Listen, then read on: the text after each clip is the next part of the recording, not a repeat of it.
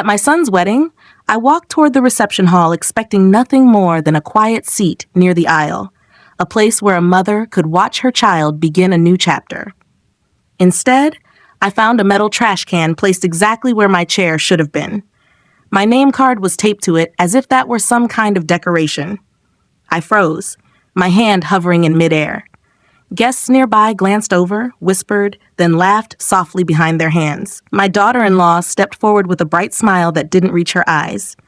"It's just a joke," she said. "Don't be so dramatic." I'm glad to have you here. Follow my story until the end and let me know which city you're watching from so I can see how far my voice travels. The music inside was warm and cheerful, but I stood at the edge of it all, as if the doorway itself had become a border between belonging and being pushed aside. Light from the chandeliers hit the polished floors, turning every reflection into a reminder of where I no longer fit. I kept my posture straight, shoulders steady, refusing to let anyone see the tremor in my hands. After a moment, I slid the name card off the trash can, folded it neatly, and tucked it into my purse. Then I walked toward a far corner of the room, a place no one had bothered to decorate. Laughter drifted from the main table, where my son sat beside his new bride. He didn't look my way, not once. The groom's family clinked glasses, posed for photos, and toasted to love, while I stood apart, trying to swallow the hollow feeling rising in my chest. I had imagined this day differently. I had pictured us sharing a slow dance, or at least a quiet moment before the ceremony. Instead, I watched from a distance, invisible in a room full of people who believed this humiliation was harmless fun. I placed a hand on the back of an empty chair in the corner, letting its steady weight ground me. I wasn't going to cry. Not here. Not today. I had learned long ago that silence could be stronger than any outburst. So I sat alone, smoothing the fabric of my dress, allowing myself a single breath to steady my heart before the rest of the evening unfolded. The corner of the reception hall felt colder than the rest of the room, as if the air itself knew I wasn't meant to take up space there. I sat with my hands folded in my lap, listening to the clatter of silverware and the rise and fall of cheerful voices. Every so often, someone glanced in my direction, then quickly looked away, like they were afraid that acknowledging me might pull them into the discomfort of what had been done. I kept my eyes on the tablecloth draped over the small side table beside me. It was crisp and white, untouched, unlike the ones in the center of the room stained with wine rings and crumbs from shared plates. It felt like a quiet metaphor for my place in this family, clean, distant, unused. I smoothed the fabric with slow movements, letting the rhythm calm the pulse behind my ribs. A waiter approached, carrying a tray of sparkling cider. He hesitated when he saw me sitting alone, uncertain whether I was part of the party at all. "Would you like a glass, ma'am?" he asked softly. I nodded. It wasn't his fault. He set the glass on the table with a quick, respectful smile before hurrying back toward the noise and light. From across the room, I watched my son lean close to his bride as she whispered something in his ear. Her shoulders shook with laughter, and he grinned before kissing her cheek. No tension touched his face, not even a flicker of concern about where his mother was sitting or why. The distance between us felt wider than the decorated hall. It felt measured in years, not feet. I tried to think back to when things had begun to shift. Maybe it was after their engagement, when my daughter-in-law started planning every detail without asking my opinion. Maybe it was years before that, when I first noticed her smile tighten whenever I entered a room. Or maybe it happened in small moments I ignored. A missed holiday invitation, a comment brushed off as humor, a photo where I was conveniently cropped out.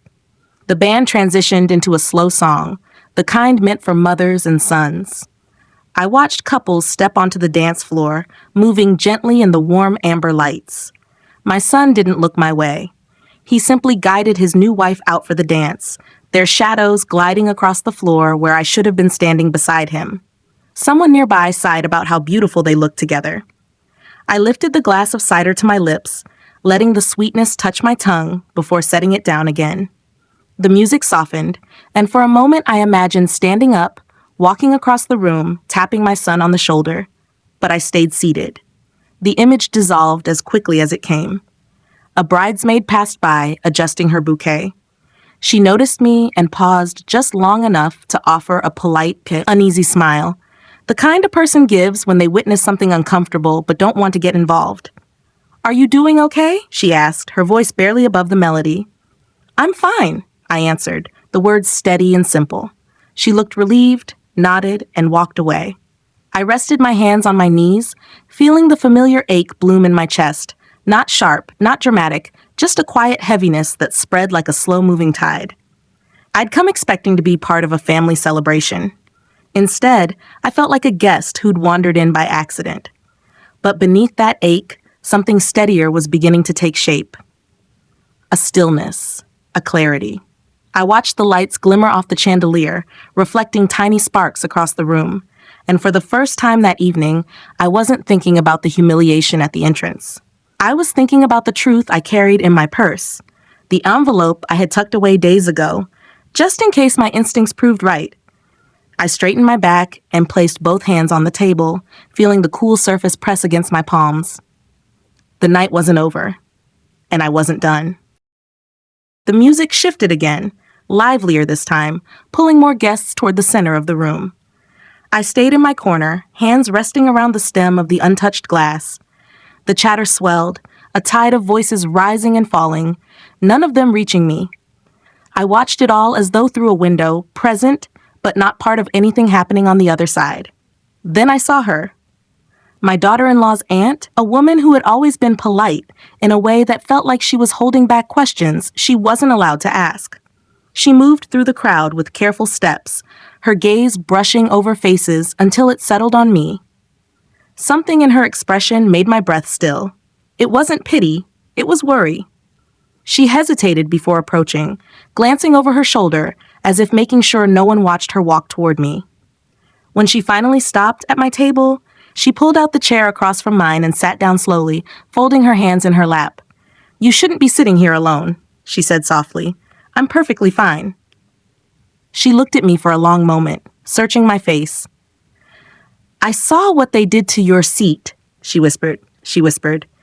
"You didn't deserve that." I kept my eyes on the floor, tracing the patterns in the tile. Her voice was low enough that it couldn't travel beyond our corner. "There's something I've been meaning to tell you." "No," she continued. "Something I probably should have spoken up about months ago." My fingers tightened slightly around the glass. "Is this about my daughter-in-law?" Her shoulders lifted with a small breath. "It's about the baby."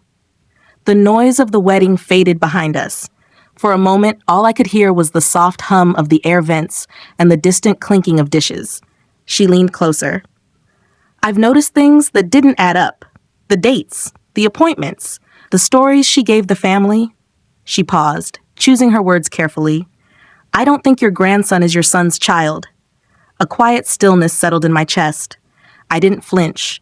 I didn't gasp. I had already walked too close to this suspicion for too long. "When did you start suspecting?" I asked. "The timing," she said, "and the fact that she was meeting someone at a clinic 2 towns over. A man, not her doctor." She clasped her hands tighter. "I confronted her once. She brushed me off, said I misunderstood what I saw." I let her words hang in the air, giving them the weight they deserved. She lowered her voice even more. "I'm telling you now because, after what they did to you tonight, I realized staying silent only protects the wrong people." I looked up at her then, letting my gaze settle, steady and clear. "Thank you," I said. Nothing more. She nodded, stood, and slipped back into the crowd, disappearing between the clusters of guests. I reached down and touched the side of my purse where the envelope rested. The thin paper shifted under my fingertips, a reminder of the truth I had carried into this room long before the wedding march began.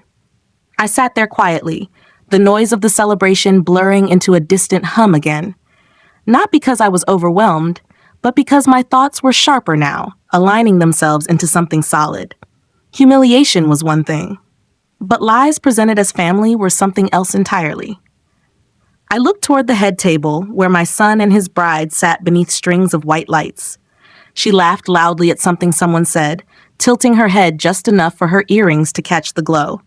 My son leaned in close, unaware of the storm building just steps away. My palm rested on the purse again. Not yet, not in anger, not for revenge, But the moment was coming. The lights dimmed slightly as the staff prepared for the next round of toasts. A soft chime rang from the microphone near the head table, and someone tapped it twice to quiet the room. Guests drifted back to their seats with flushed cheeks and half-finished drinks, settling into the warm glow of the chandeliers. I watched them move as a single wave, all flowing in the same direction, away from me, toward the celebration I was no longer part of. I shifted in my chair, the purse resting against my leg, like a quiet reminder. The envelope inside felt heavier than paper should, its weight steady against my side. I didn't open it. I didn't need to. I already knew what it would say. My mind drifted back to the months before the baby was born, when I'd first sensed something was wrong. It hadn't been dramatic, not at first. Just odd gaps in stories, mismatched timelines, whispers that stopped when I entered a room. My daughter-in-law had avoided me more than usual, brushing off my visits with excuses that didn't fit together. But the moment that stayed with me the most was a memory so small that it had once seemed harmless. It was an afternoon visit, maybe 8 months before the wedding. I had brought over a set of hand-sewn baby blankets, soft, simple ones I'd stitched during long evenings alone. She thanked me with a tight smile, the kind that didn't touch her eyes. She placed the blankets on the back of the couch, but didn't unfold them. Then her phone buzzed. She glanced at the screen, and something changed in her expression, an anxious flicker, a shift she tried to hide.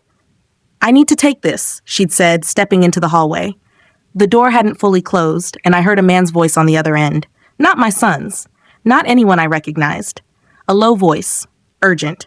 And her reply, equally urgent, whispered, "I told you not to call when someone's here."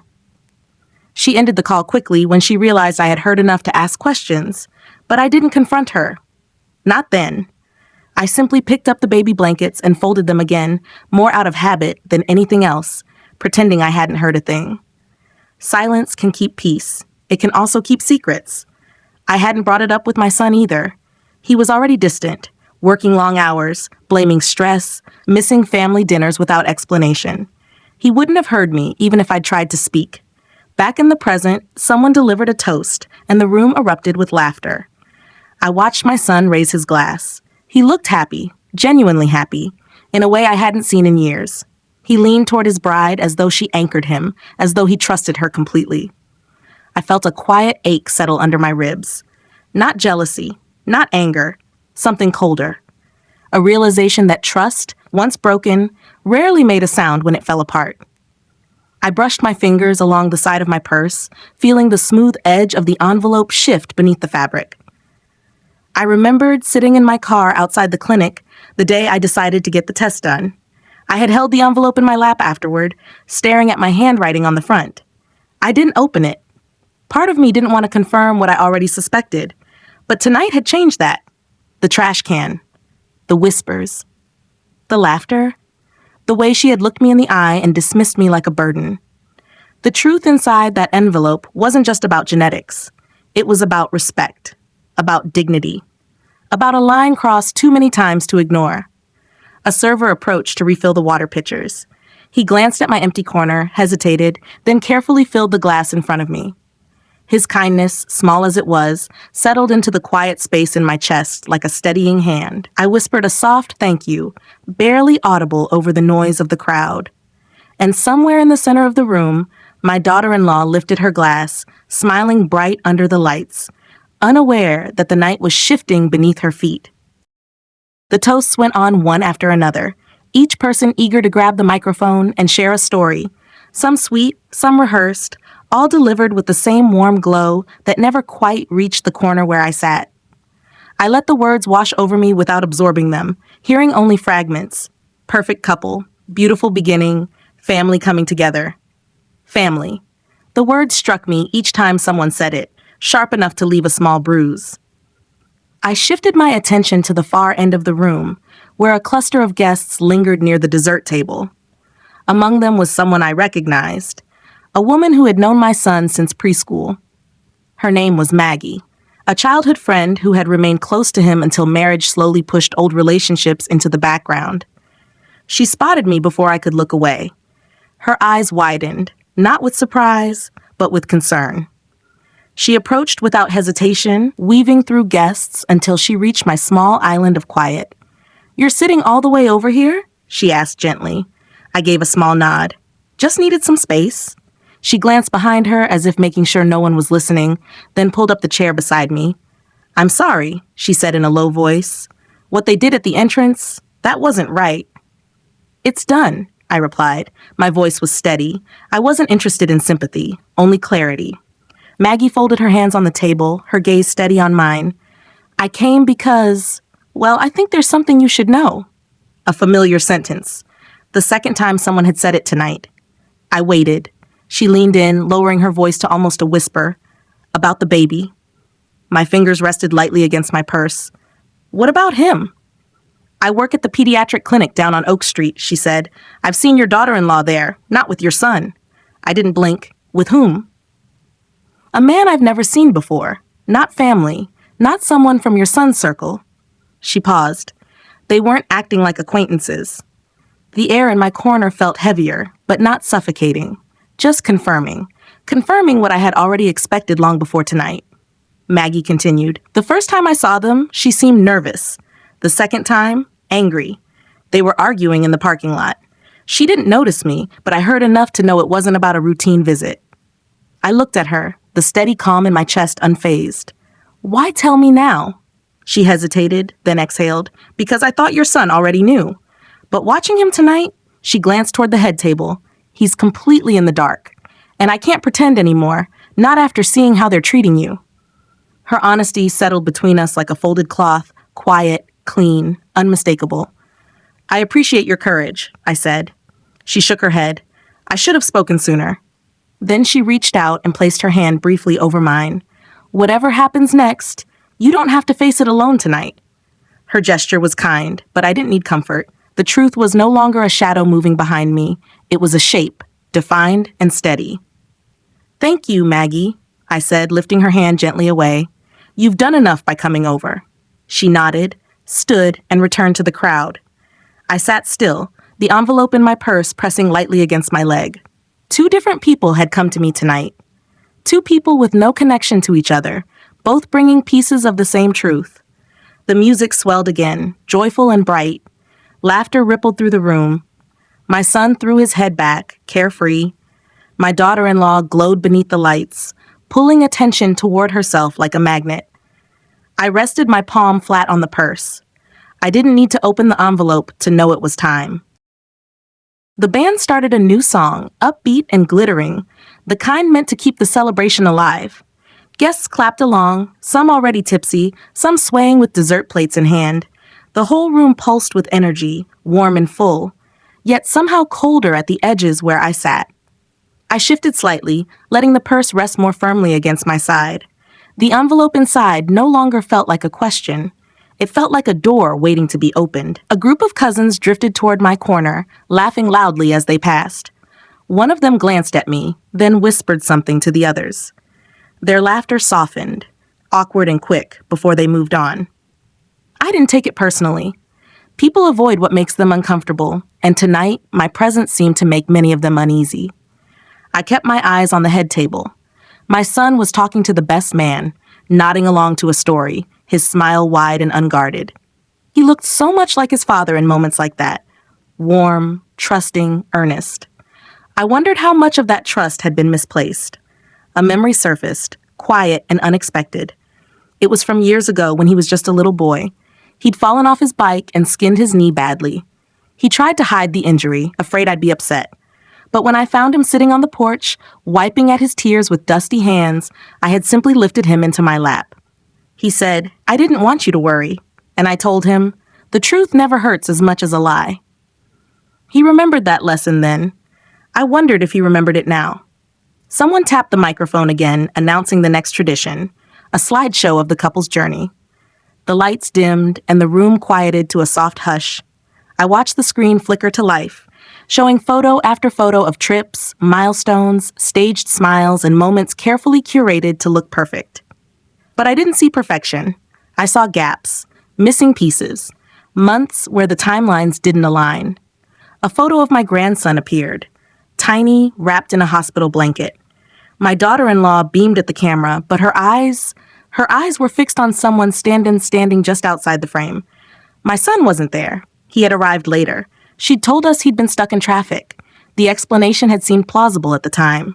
I sat very still, letting the slideshow wash across the room. Every cheerful image felt like another thread tugging at the unraveling seam of the story she'd tried to stitch together. When the lights brightened again, people clapped, wiping sentimental tears. My son kissed his bride's cheek, proud and blissfully unaware. I rose slowly from my chair. My knees stiffened from sitting too long, but the motion steadied something inside me. The room was still noisy, but a few heads turned as I stood, perhaps surprised that I hadn't simply folded myself into the corner forever. I didn't walk toward the head table just yet.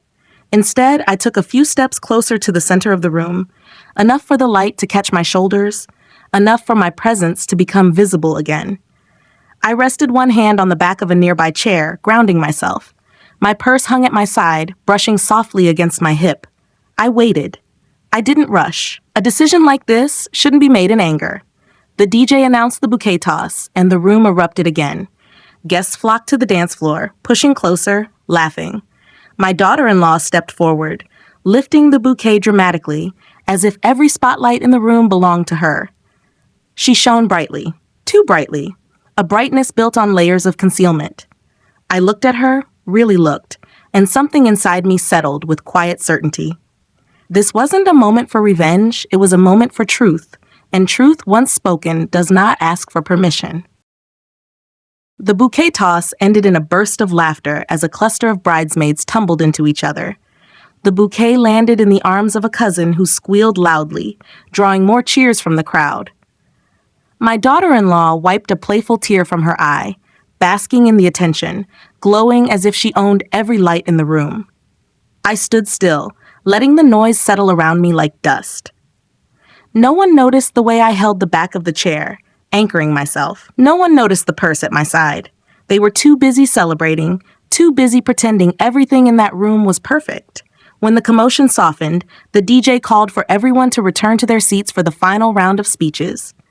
Chairs scraped the floor, glasses clinked, and the chatter resumed. I took a step forward, not toward the head table, but toward visibility. The space around me shifted as people drifted past, some glancing my way with polite smiles that didn't linger long.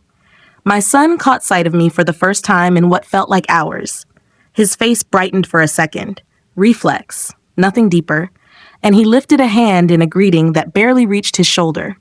It was quick, almost embarrassed, as if acknowledging me too fully might disrupt the image they had crafted for the night. I nodded in return, slow, controlled. Then I watched him turn back to his wife. She looped her arm through his and whispered something that made him laugh again, leaning in close. Her nails, perfectly painted, rested on his sleeve like she owned every part of him. The best man approached the microphone, clearing his throat dramatically. Guests quieted. A few phones rose into the air to record. The room buzzed with anticipation for another sentimental speech. I wasn't listening to his words. I listened to the way my purse gently tapped against my hip when I breathed. Steady, certain, waiting. He wrapped up with a joke, and the room erupted with applause. My daughter-in-law giggled, then stood to take the microphone next. Her dress shimmered under the lights, each sequin catching and reflecting attention. She looked out at the crowd, smiling wide, holding the mic like she was born for it. I just want to thank everyone for being here. Her voice floated strong and confident across the hall. She talked about love, about beginnings, about family, using the word as easily as someone tossing confetti, unaware of the weight it carried for those who understood it more deeply. I took another step forward, then another. Closer now. Close enough that the light from the chandeliers spilled over my shoulders instead of hiding me in a corner. No one noticed yet. They would, but not before I was ready. My daughter-in-law continued speaking, her tone bright and practiced. And of course, she said, we just want to thank everyone who's been such a big part of our journey. She glanced toward her bridesmaids, then her family, then the guests who traveled miles to attend. Her gaze slid past me as if I were part of the backdrop. I didn't flinch. I simply shifted the purse strap across my shoulder, bringing the envelope within easy reach. My fingers brushed the edge of it, feeling the crease I had made days earlier when I folded it shut. A click echoed from the speakers as she passed the microphone to my son. He stepped forward, clearing his throat, adjusting his tie. He was about to speak about gratitude, about love, about a future he believed was secure. And I knew the next word spoken in this room would change that future forever. I let my hand rest on the purse. Just rest. Not yet. But close. So very close. My son adjusted the microphone, tapping it lightly as the room quieted again. The chatter faded into a hush, and everyone turned their attention toward him. The lights above the head table brightened just enough to cast a warm glow over his face. He looked confident, proud, ready to deliver the kind of speech people would replay in their minds years later. I took another quiet step forward. Still unnoticed, still steady. He cleared his throat and began, "I just want to thank everyone for being here tonight. It means the world to us." The crowd murmured in agreement. Glasses clinked softly. Someone whispered, "He's such a good speaker." But I wasn't listening to the compliments. I was listening to the tremor in my own breathing. Not fear, no. Something sharper. Something resolved. He continued talking, touching briefly on childhood memories and funny stories from college, the kind of anecdotes that made people laugh politely. His bride smiled at him, leaning her head on his shoulder, as if they were the picture-perfect couple everyone believed them to be. I watched her closely. The way her smile tightened whenever his words drifted too close to sincerity. The way she tugged at the bracelet on her wrist, distracted. The way her eyes darted to the crowd, checking, calculating, measuring reactions. She wasn't relaxed. She wasn't glowing the way a new bride should. She was watching for something. Watching for me. I could tell. Her gaze finally reached mine, and for the first time that night, she actually saw me, standing in the open, no longer tucked away in the shadowed corner. Her smile froze, barely noticeable to anyone else, but unmistakable to me. A small hitch in her breath, a twitch of her fingers. She knew the night wasn't secure anymore. My son continued his speech, unaware of the silent exchange happening inches behind him. "And of course," he said, turning slightly toward his bride, "I want to thank my wife for being my partner, my support." Her eyes flicked from me to his hand on the microphone, then back to me. A quick, sharp warning glint. I didn't move. She straightened her posture, placing her hand over his as if grounding him, no, controlling him. "Thank you, sweetheart," she said sweetly, loud enough for the room to hear. But the sweetness didn't reach her eyes. My hand drifted to the purse again, Esna's fingers brushing the envelope's edge. I stayed still, letting her discomfort grow, letting the tension spread quietly across her face like a thin crack in glass. Guests began to notice her change in expression. Small glances, confused frowns, not toward me yet, just toward her. My son glanced at her too, confused. "Are you okay?" he whispered into the mic, the sound traveling farther than he realized. A few guests chuckled softly. She nodded too quickly. "Just emotional," she replied, but her eyes never left me now. The room didn't know what was happening, not yet. But they felt something, a shift, a tightening, the kind of pressure that settles right before a storm breaks. My son tried to continue, but his words stumbled. As I was saying, he looked at his wife again, then at the quiet around him, then finally, his gaze followed hers. Straight to me. A flicker of surprise crossed his face, maybe guilt for not noticing me earlier, maybe confusion about why I was standing there, maybe both. I stepped forward one more time, the envelope resting in my palm now, not raised, not displayed, just present, visible enough, clear enough. My daughter-in-law swallowed hard, her smile collapsing at the edges. The room fell completely silent. The silence stretched across the room like a tight string, thin and trembling. My son held the microphone loosely now, his speech forgotten, his attention fixed on me. Guests shifted in their seats, turning their heads, whispering without sound. Even the music, faint in the background, felt like it was waiting. I didn't rush. I let the quiet settle. Let them feel it. Let her feel it. My daughter-in-law's gaze clung to the envelope in my hand. Her breathing quickened, barely noticeable, but enough for anyone watching closely. She smoothed her dress with trembling fingers, forcing a smile that grew weaker by the second. I took one more step forward, the envelope resting against my palm like a steady heartbeat. "I won't take much of your time," I said softly. My voice didn't need volume. The room was already listening. But since we're celebrating family tonight, a murmur rippled through the guests. My son frowned slightly, confusion knitting across his forehead. Mom? He asked, voice low, cautious. I offered him the smallest, calmest smile. There's something I need to return, something that doesn't belong to me. My daughter-in-law stiffened. Maybe this isn't the right moment, she said quickly, stepping forward just a little, her tone sweetened with panic. But it is, someone whispered from a nearby table. They didn't mean to be heard, but the microphone caught it anyway, and a few heads nodded unconsciously. Even they could sense the shape of what was coming. I lifted the envelope, not high, not theatrically, just enough. I had this tested weeks ago, I said. DNA. A gasp broke somewhere in the back, another near the front. Someone's fork clattered against a plate. My son's face drained of color. DNA? Mom, what are you talking about? My daughter-in-law stepped closer to him, grabbing his arm. She's confused, she said quickly, too quickly. She's misunderstanding something. Please, let's not ruin. I didn't look at her. I didn't need to. I had questions, I continued quietly. Not accusations, just questions. I wanted clarity, and I didn't want to burden anyone with them. A strange, thick silence filled the room again, this time laced with shock, curiosity, dread. Guests leaned forward, breaths held, waiting for the world to tilt. My son set the microphone down slowly, as if afraid sudden movement might make things worse. Mom, what's in the envelope? I met his eyes, steady, calm, the way I used to look at him as a child when he tried to hide scraped knees. Answers, I said. Answers about the child you believe is yours. He staggered a step back, the words hitting him harder than any scream could. My daughter-in-law's mask cracked just for a moment, and the fear underneath flashed like a spark. She reached for the envelope, desperate, but I pulled it slightly away, not aggressively, just firmly.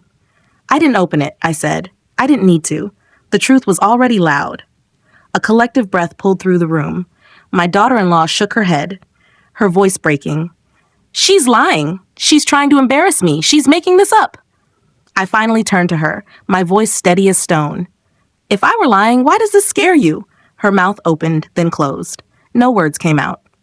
My son stared at her, really stared, seeing something in her he'd never seen before. A crack in the picture he had been so eager to believe. I placed the envelope gently on the table beside him. You deserve to know, I said softly. Whatever is inside, that truth belongs to you now. Then I stepped back, letting silence finish the sentence I didn't need to speak. My son stared at the envelope like it might burn him if he touched it. His hand trembled as it hovered above the table, inches from the truth he never asked for, but suddenly couldn't avoid. The room had fallen into a hush so complete that I could hear the soft hum of the ceiling lights, the faint clink of ice melting in someone's glass, the uneven breath of the woman standing beside him. My daughter-in-law's fingers dug into his arm. You don't need to open that. She whispered sharply, her voice too tight, too brittle. Not here, not tonight. But her urgency only drew every eye in the room. My son finally looked at her, confusion turning into suspicion. Why are you so scared? He asked quietly, not accusing, just bewildered. She laughed, too loud for the silence, too forced for the moment. Scared? I'm not scared. I'm angry. She's trying to ruin our wedding. This is cruelty.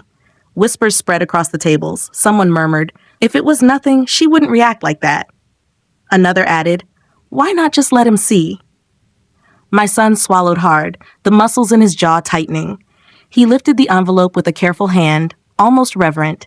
He didn't open it. He simply stared at his name scrawled on the front in my handwriting. You said you didn't open it, he said to me. I didn't, I replied. The truth doesn't need my eyes to exist. The words settled between us, heavy and steady. My daughter-in-law lunged for the envelope, panic breaking through her composure. But my son stepped back, holding it out of her reach. What is going on? He demanded now, his voice unsteady with fear and dawning realization. She froze, her face pale under the warm lights. You? You're going to believe her over me? He shook his head slowly. I just need to know what's in here. Guests leaned closer, not daring to blink. The weight of the moment pulled everyone into its gravity. I didn't ask for this, he whispered, more to himself than anyone else. But I can't pretend I don't see what's right in front of me. His wife took a shaky step backward, eyes darting wildly as if searching for an escape route. "You're going to ruin everything," she hissed. He looked at her, really looked at her, with a mixture of pain and clarity. Or maybe everything was already ruined. A woman at the nearest table gasped. Someone else covered their mouth. Even the band, sensing the shift, lowered their instruments. My son unfolded the flap slowly, the paper cracking faintly in the silence. But he didn't pull the results out. He just held the open envelope, staring into it like he was staring into the edge of truth and betrayal at once. He didn't cry. He didn't yell. He just breathed, a long, unsteady breath that felt like something inside him was collapsing. His wife reached for him again, but he stepped away, the envelope still in his hand. "You told me he came early," he said softly. "You told me the doctor confirmed the dates. You told me." His voice broke. "You told me so many things." She shook her head, tears building now. "You don't understand. I had reasons." A bitter laugh escaped a guest in the back. Someone else muttered, "Reasons? At your own wedding?" My son looked around the room, face pale, breath uneven. "Everyone here deserves honesty," he said finally, voice low, "and so do I." His wife's expression twisted, a flicker of anger flashing through the panic. "You're making a mistake." He closed the envelope carefully, like sealing the moment itself. "The mistake," he said quietly, "was believing I didn't need proof." Her face drained of color. She knew. Everyone knew. And for the first time that night, the truth hung heavier than any celebration in the room. My daughter-in-law's face went rigid, the panic shifting into something sharper, cornered anger, desperate and wild. She took a step toward my son, then another, her voice dropping to a harsh whisper that still carried through the stunned quiet of the room. "If you open that, you'll destroy this family," she said. "You'll embarrass yourself. You'll embarrass me. Think about the baby." The baby. That word had been her shield for months. Tonight, it only echoed the truth she'd spent so long burying. My son didn't move. The envelope hung at his side, his knuckles white around it, the air around him trembling with the weight of 1,000 questions. He looked like someone trying to breathe underwater. "Tell me," he said, voice small, raw. "Is he mine?" Her jaw clenched. She blinked rapidly as if buying time. "You know I love you," she said. "You know we're meant to be. This is our wedding night, for heaven's sake. Don't do this now. Don't listen to her." She jerked her head toward me like I was a stranger who had wandered in from the street. But the crowd wasn't with her anymore. Eyes that once admired her dress now watched her like they were waiting for the mask to fall completely. Some guests crossed their arms. Others sat still, breath held. A few shook their heads slowly, disbelief settling in. My son took a step back. "You didn't answer my question." She opened her mouth, closed it. Then anger burst through the cracks. "If you cared about this family, you'd ignore whatever she's trying to pull. She never liked me. She's always." "That's enough," he said quietly. The words weren't loud, but they cut through the air like a clean blade. Her mouth snapped shut. He lifted the envelope slightly, and for a moment it felt like the entire room leaned forward. Even the lights seemed to hum. "I'm going to read this," he said. "Not because I want to, but because I can't live with this doubt." Her breath hitched. "Why are you choosing her over me?" "I'm choosing the truth," he replied. It was the simplest answer, and the one that broke her. She let out a shaky, bitter laugh. "Fine, go ahead, but after everything I've done for you after carrying that baby," a voice from the back interrupted sharply. "You sure it was his to carry?" A few guests gasped. Someone put a hand over their mouth. Her eyes darted wildly, searching for the source. "No one asked you," she snapped at the crowd, but the room wasn't hers anymore. My son turned toward her again, his face drained but calm in a way that frightened even me. "I want honesty," he said. "One time, just once." Her lips trembled. A tear slipped down her cheek, not gentle, not sorrowful, just the tear of someone whose last defense had cracked. "I made a mistake," she whispered. It meant nothing. He meant nothing. The room froze. Even the guests who wanted to soften suddenly couldn't. Her words were too bare, too revealing, too late. My son closed his eyes as if steadying himself. When he opened them again, something had changed. Something had cleared. "You lied to me," he said. Not loud, not accusatory, just the truth laid bare. She reached for him again, but he stepped back, this time decisively. The envelope was still in his hand, but it no longer needed to be opened to expose what everyone now saw clearly. And in that pause, long, heavy, undeniable, her entire facade crumbled. Guests lowered their eyes. Some shook their heads. Some whispered prayers under their breath. She stood alone, trembling in the middle of her own celebration. And for the first time all night, the humiliation wasn't mine. My son didn't speak again. He didn't have to. The truth had already filled the room, heavy and unmistakable, settling over every guest like a quiet verdict. My daughter-in-law stood frozen in place, her mascara smudging, her breath shaking, her carefully constructed image collapsing inch by inch. No one moved to comfort her. No one rushed to defend her. The silence around her said everything. My son finally lowered the envelope, his shoulders sinking as though he'd been carrying far more than he ever realized. He placed it gently on the table, next to the untouched champagne flutes. His wedding ring glinted under the lights as he let his hand rest on the wood for a moment, steadying himself, grounding himself. Then he looked at me, not with blame, not with anger, just heartbreak, softened by something that looked like understanding. "Mom," he whispered. I stepped forward, slow and calm, the way I had approached him countless times as a child, after scraped knees and tearful confessions. When I reached him, I placed a hand on his arm, not to pull him, not to guide him, simply to let him know I was there. He leaned into the touch for just a moment long enough to tell me he wasn't alone. My daughter-in-law wiped her face harshly, realizing she no longer held anyone's attention except as the center of a truth she had tried desperately to bury. She attempted one last plea, her voice cracking. "We can fix this," she said to him. "We can talk, just you and me, please." He shook his head once, not cruelly, just decisively. "Not tonight," he said, "not anymore." Her shoulders sagged. She looked around for anyone to back her up, but the room had already turned away. A few guests murmured apologies to me as I passed. Others offered quiet nods of acknowledgement, the kind given to someone who had endured more than they ever should have. I didn't linger in the spotlight she once claimed. I didn't need to.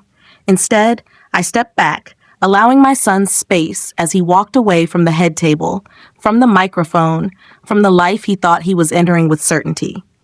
He didn't storm off. He didn't shout. He simply moved with the quiet dignity of someone who had finally seen the whole picture. He reached the doorway and paused, glancing over his shoulder at me, not for permission, not for reassurance, but with the silent question of whether I would follow. I did. Not because he needed rescuing, but because he needed not to walk out alone. The crowd parted as we made our way to the exit. No one tried to stop us. No one tried to fill the silence. When we stepped outside, the cool night air wrapped around us, soft and steady. The music from the hall faded behind the doors, muffled and distant, as if it belonged to another world entirely. My son took a deep breath, his voice barely above a whisper. "Thank you," he said, "for telling me, for not letting me stay blind." I nodded, placing a gentle hand on his back. "Truth doesn't destroy families," I said quietly. "Lies do." He closed his eyes, letting those words settle. For a long moment, we simply stood in the stillness, the night open wide before us, the path ahead unclear, but at least honest. A few guests trickled out behind us, offering small gestures of support. Soft pats on his shoulder, brief looks of sympathy, respectful nods toward me. Then slowly, my son straightened. His posture changed. Not broken, not defeated, but steadier. Stronger. The kind of strength that comes from facing the truth rather than hiding from it. He turned to me, his voice steadier than before. "Let's go home, Mom." I nodded. We walked together toward the parking lot, leaving behind the glittering hall, the discarded bouquet, the lies, the humiliation. And as the doors closed behind us, I felt something shift inside. Not triumph, not victory, but peace. A quiet, steady peace that comes when you refuse to be anyone's silent shadow ever again.